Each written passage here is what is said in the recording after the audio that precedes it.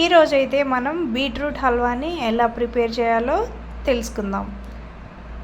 As usual మీకు తెలిసిందే కదండి, బీట్రూట్ మన హెల్త్కి చాలా అంటే చాలా మంచిది. సో ఇది ఒక్కసారి ఎలా చేయాలో ఇప్పుడు చూద్దాం. ముందుగా 2 మీడియం సైజ్ బీట్రూట్ తీసుకొని వాటిని శుభ్రంగా కడిగి పీల్ చేసి ఇలా సన్నగా తరిగి పక్కన పెట్టుకోవాలి. అలాగే 2 బెల్లం ఉండలు తీసుకోవాలి. అంటే మన రుచికి సరిపడా ఎంత కావాలో అంత బెల్లం తీసుకోవాలి. దాన్ని ఇలా మెత్తగా గ్రైండ్ చేసుకోవాలి. ఇలా మెత్తగా గ్రైండ్ చేసుకున్న బెల్లాన్ని పక్కన ఉంచుకోవాలి. అలాగే మన బీట్రూట్ తయారు చేయడానికి పాలు కూడా ఒక ఇంపార్టెంట్ రోల్ అండి. పాలు మనం ఎంత బాగా వేస్తే మనకు హల్వా అనేది అంత టేస్టీగా వస్తుంది. ఇక్కడ నేను 1 కప్పు పాలని తీసుకున్నాను. అలాగే డ్రై ఫ్రూట్స్ని కిస్మిస్, బాదం, క్యాష్యూ నట్స్ తీసుకున్నాను. ఇవి వేస్తే మన హల్వాకి చాలా అంటే చాలా మంచి ఫ్లేవర్ వస్తుంది. అదేవిధంగా ఈ డ్రై ఫ్రూట్స్ మన హెల్త్కి కూడా చాలా అంటే చాలా మంచిది కదండి. సో ఇలా నేను బ్లాక్ కిస్మిస్, గ్రీన్ కిస్మిస్ తీసుకున్నాను. కిస్మిస్, బాదం తీసుకున్నాను. వాటిని ఇలాగ ముక్కలుగా చేసి పక్కన ఉంచుకోవాలి. ఇలాగా పక్కన పెట్టుకున్న డ్రై ఫ్రూట్స్ అన్నిటినీ మనం ఇప్పుడు ఫ్రై చేసుకోవాలి.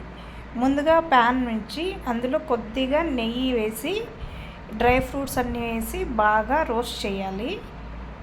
నెయ్యి వేస్తే చాలా అంటే చాలా టేస్టీగా ఉంటుంది హల్వా అనేది. ఇలాగ వేసి వాటిని బాగా ఫ్రై చేసుకోవాలి.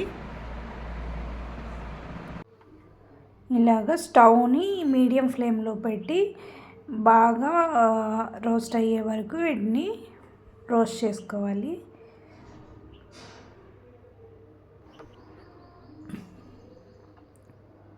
చూసారా, ఈ విధంగా రోస్ట్ చేసుకోవాలి. మరీ ఎక్కువ రోస్ట్ చేస్తే అవి మాడిపోతాయి. ఎక్కువ కాకుండా తక్కువ కాకుండా ఈ విధంగా రోస్ట్ చేసి వీటిని పక్కన ఉంచుకోవాలి. అదే ప్యాన్లో మరి కొంచెం నెయ్యి వేసుకొని అందులోకి మనం తరిగి పెట్టుకున్న బీట్రూట్ తరుగును అనేది అందులో వేసుకొని బాగా ఫ్రై చేసుకోవాలి. నెయ్యి వేయడం వల్ల మంచి ఫ్లేవర్ వస్తుంది మన బీట్రూట్ హల్వాకి. ఇలాగా బీట్రూట్ హల్వాని నెయ్యిలో వేసి బాగా మగ్గించాలి.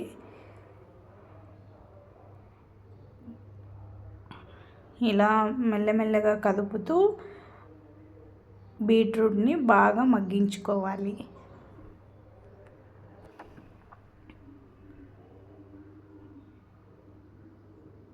చూసారా, ఇలా మగ్గిన తర్వాత అందులోకి ఒక 1/4 కప్పు మిల్క్ని యాడ్ చేసుకోవాలి. ఇంకా మిల్క్ ఇంకా ఎక్కువ ఉంటే ఎక్కువ కూడా యాడ్ చేసుకుంటే మంచి ఫ్లేవర్ వస్తుంది. కాకపోతే నేను 1/4 కప్పు పాలను మాత్రమే యాడ్ చేశాను. ఒకవేళ పాలు సరిపోకుంటే అందులోకి కొన్ని వాటర్ కూడా యాడ్ చేసుకోవచ్చు. అలా మిల్క్ వేసిన తర్వాత బీట్రూట్ మొత్తాన్ని ఒక్కసారి కలబెట్టాలి. చూసారా, నాకు మిల్క్ సరిపోకుండా ఉంటే కొన్ని వాటర్ కూడా వేసాను. అంటే ఆ బీట్రూట్ మొత్తం బాగా మెత్తబడాలి కాబట్టి కొంచెం వాటర్ కూడా యాడ్ చేశాను.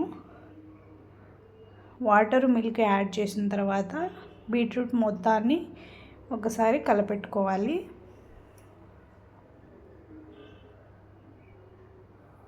ఈ కలబెట్టిన బీట్రూట్ని ఒకసారి మూత పెట్టి ఉంచుకొని ఒక 5 to 7 మినిట్స్ వరకు అలాగే ఉడికించుకోవాలి.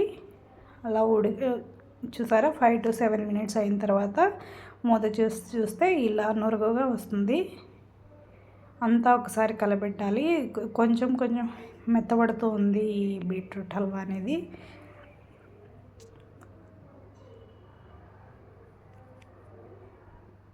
ఇలా బాగా కలబెట్టి మళ్ళీ కావాలంటే మూత ఉంచుకుంటే బాగా మెత్తబడుతుంది. తర్వాత అందులోకి మనం తరిగి పెట్టుకున్న బెల్లం అనేది యాడ్ చేయాలి.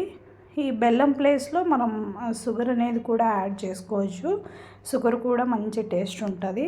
కాకపోతే బెల్లం హెల్త్కి మంచిది కదా అని చెప్పి నేను బెల్లాన్ని యాడ్ చేశాను. ఇలా బెల్లం వేసిన తర్వాత అంతా ఒక్కసారి కలబెట్టేసి మూత వేసుకుంటే మెత్తబడుతుంది.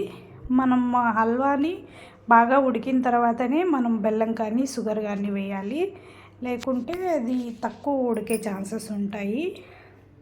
సో అలా మూత ఉంచేసి ఒక 5 to 6 minutes వరకు బాగా ఉడకనివ్వాలి. తర్వాత మూత ఓపెన్ చేసి అంతా ఒక్కసారి కలబెడితే ఈ విధంగా ఉంటుంది. ఇలా ఉడికిన తర్వాత మనం పక్కన ఉంచుకున్న డ్రై ఫ్రూట్స్ అనేది యాడ్ చేసుకోవాలి. అంతే అండి, మనం టేస్టీ హల్వా అనేది రెడీ అయిపోతుంది. ఇంకా మనకి మంచి ఫ్లేవర్ రావాలంటే కొద్దిగా యాలకుల పొడిని కూడా యాడ్ చేసుకొని మొత్తాన్ని ఒకసారి కలపెట్టుకోవాలి. చూసారా, బీట్రూట్ హల్వా అనేది ఎంత ఈజీ ప్రాసెస్. ఈ బీట్రూట్ హల్వా అనేది చాలా అంటే చాలా టేస్టీగా ఉంటుంది, అలాగే హెల్త్కి కూడా చాలా మంచిది. డ్రై ఫ్రూట్స్, యాలకుల పౌడర్ యాడ్ చేసిన తర్వాత కొద్దిసేపు మూత వేసి ఉంచుకోవాలి. తర్వాత ఓపెన్ చేసి అంతా కలపెట్టుకోవాలి. ఇది మన టేస్టీ హల్వా రెడీ. ఇదే ప్రాసెస్లో మీరు కూడా ట్రై చేసి ఎలా వచ్చిందో నాకు కమెంట్ రూపంలో తెలియజేయండి. సో ఇలాంటి మరెన్నో వీడియోస్కి మన ఛానల్ని సబ్స్క్రైబ్ చేసి లైక్ చేసి కమెంట్ చేయండి. Thank you so much.